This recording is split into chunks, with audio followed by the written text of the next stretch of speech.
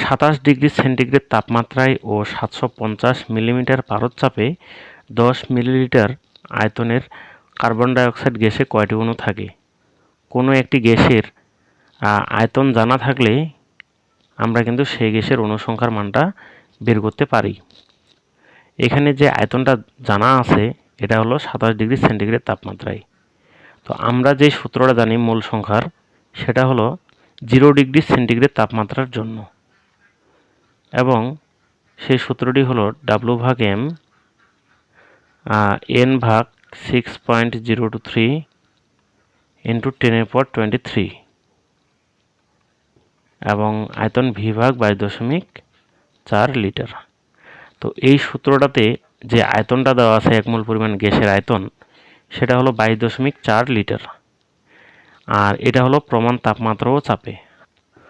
আমরা জানি প্রমাণ অবস্থায় কোনো গ্যাসের তাপমাত্রা হলো 0°C এবং চাপ হলো 1 অ্যাটমসফিয়ার। ঠিক আছে, তো এখন এটা কিন্তু 0°C তাপমাত্রার আয়তন, আর এখানে যে আয়তনটা দেওয়া আছে এটা কিন্তু 27°C তাপমাত্রার আয়তন। তো আমরা কি করব, প্রথমে এই যে 27°C তাপমাত্রায় যে আয়তনটা আছে এই আয়তনটাকে 0°C তাপমাত্রার আয়তনে প্রকাশ করব।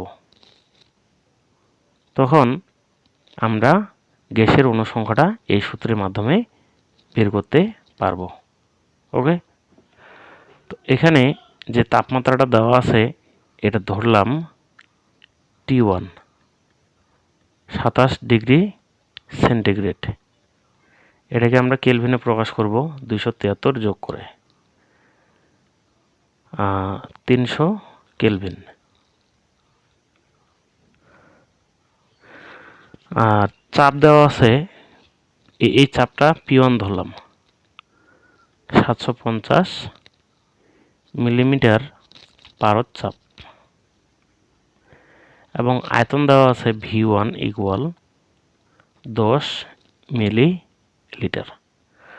তাহলে আমরা যে এই আয়তনটা বের করব সেটা হলো 0°C তাপমাত্রার জন্য। এই তাপমাত্রাটাকে আমরা ধরলাম T2, কত?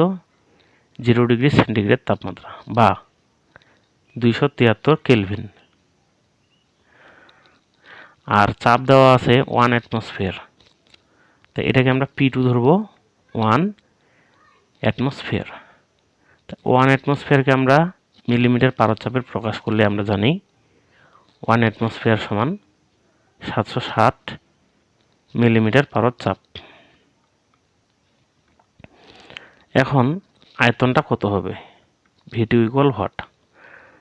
তাহলে এই মানগুলো প্রশ্নের মধ্যে দেওয়া আছে, আর আমরা জানি 0°C তাপমাত্রায় এবং 1 অ্যাটমসফিয়ার চাপে 1 মোল পরিমাণ গ্যাসের আয়তন কত? 22.4 লিটার। তাহলে এখানে এই যে 10 মিলিলিটার যে আয়তনটা দেওয়া আছে সেটা এই তাপমাত্রা ও চাপে কত হবে, এখানে V2 মানটা আমরা এভাবে বের করব। তো আমরা জানি P1 V1 ভাগ T1 = P2 V2 ভাগ T2। তো আমরা বের করব V2 এর মান। তাহলে T1 P2 V2 = P1 V1 T2। আমরা যদি V2 এর মান বের করি P1 V1 T2 T1 P2। তো P1 এর মান দেওয়া আছে 750, V1 এর মান হলো 10 মিলিলিটার, আর T2 এর মানটা হলো 273 কেলভিন। T1 হলো 300 কেলভিন, আর P2 হলো 760। তাহলে V2 হবে 8.98 মিলিলিটার। যেহেতু V1 এর মানটা মিলিলিটার এককে বসাইছিলাম এজন্য V2 এর মানটা কি বের হবে, মিলিলিটার এককে। এখন এই আয়তনটাকে আমরা কি করব, অনুসংখ্যায় প্রকাশ করব। তা আমরা জানি n ভাগ 6.023 ইন্টু 10^23 ইকুয়াল, যে আয়তনটা বের হলো সেটা হলো 8.98। বন্ধুরা এখানে যেহেতু এটা লিটার এককে আছে, তা উপরেটা হলো মিলিলিটার আর নিচেটা কি 22.4 লিটার। যেহেতু আয়তনের একটি একক মিলিলিটার এবং অপরটি হলো লিটার, এজন্য আমরা এই লিটারটাকে মিলিলিটার এককে প্রকাশ করে নিই, অর্থাৎ একই এককে রাখতে হবে। এজন্য 22.4-এর সঙ্গে আমরা কি করব, 1000 গুণ করে দিলে সেটা হয়ে যাবে মিলিলিটার। ওকে, 8.98 6.023 ইন্টু 10^23, এই মানটা পাশে কি হয়ে যাবে, গুণ হয়ে যাবে।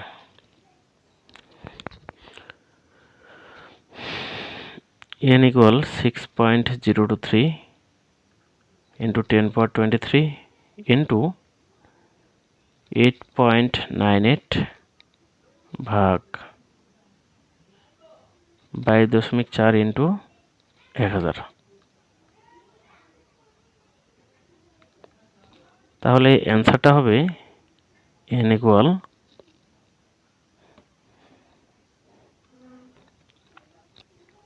2.41 ইন্টু 10^20, এতটি,